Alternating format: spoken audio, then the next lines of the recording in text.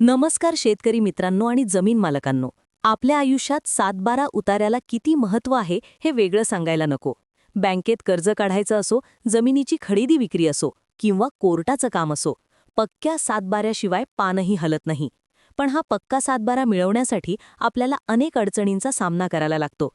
तलाठी साहेबांची वेळ मिळणे, कार्यालयात जाणे आणि कधीकधी तर छोट्याशा सहीसाठी अनेक दिवस वाट पाहणे, यात शेतकऱ्यांचा खूप अमूल्य वेळ वाया जातो.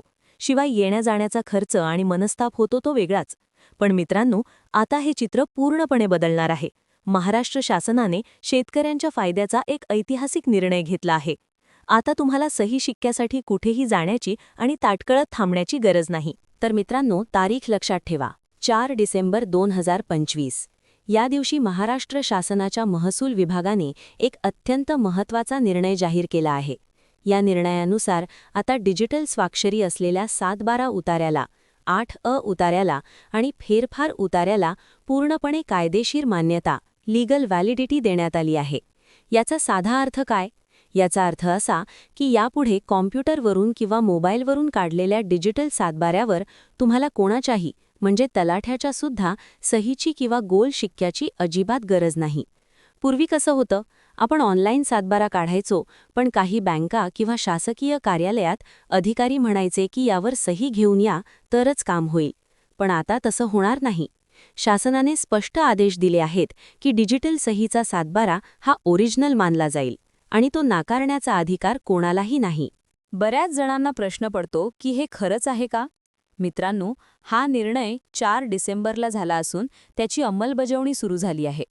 महसूल मंत्र्यांनी स्वतः याची घोषणा केली आहे आणि प्रसिद्ध वर्तमानपत्रात याबद्दलच्या बातम्यासुद्धा आल्या आहेत. आता प्रश्न येतो की सहीशिवाय हा 7-12 सुरक्षित कसा? यावर विश्वास कसा ठेवायचा?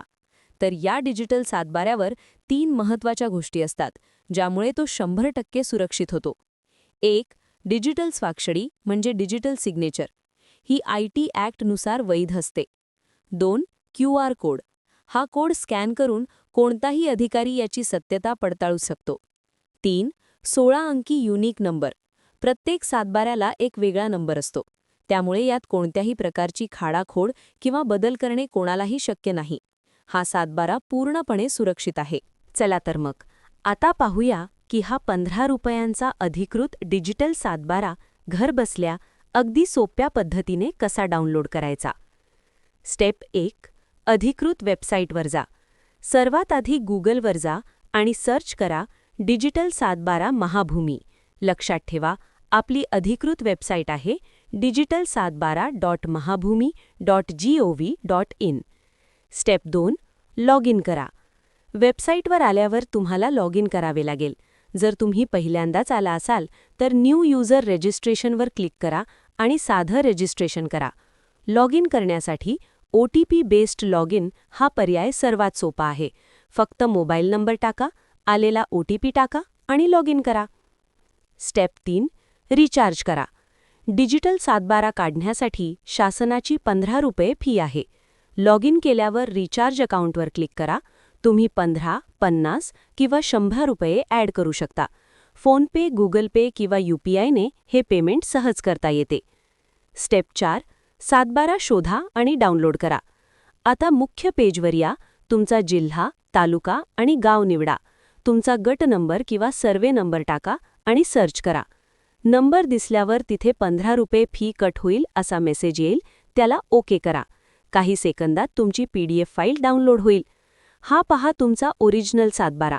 आता तुम्हाला कोणाकडेही जाण्याची गरज नाही. हा 7-12 वापरताना तुमच्या मनात काही प्रश्न येऊ शकतात. त्यांची उत्तरे पाहूया. प्रश्न 1. मोफत मिळणारा 7-12 आणि हा 15 रुपयांचा 7-12 यात काय फरक आहे? उत्तर: खूप महत्त्वाचा फरक आहे. महाभूलेख वेबसाईटवर जो मोफत 7-12 मिळतो तो फक्त माहितीसाठी, फॉर व्ह्यू ओन्ली असतो. तो सरकारी कामात चालत नाही. पण हा 15 रुपयांचा डिजिटल 7-12 कायदेशीर म्हणजे लीगल आहे, जो सर्व ठिकाणी चालतो. प्रश्न 2.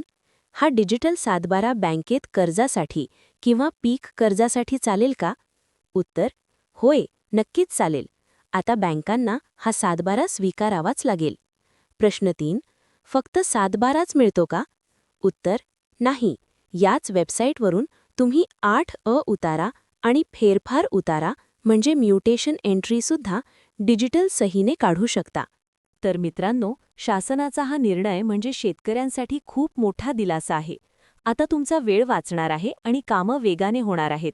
तुम्ही आजच तुमचा डिजिटल 7/12 काढून पहा. तुम्हाला काही अडचण आली तर खाली कमेंट बॉक्समध्ये नक्की विचारा.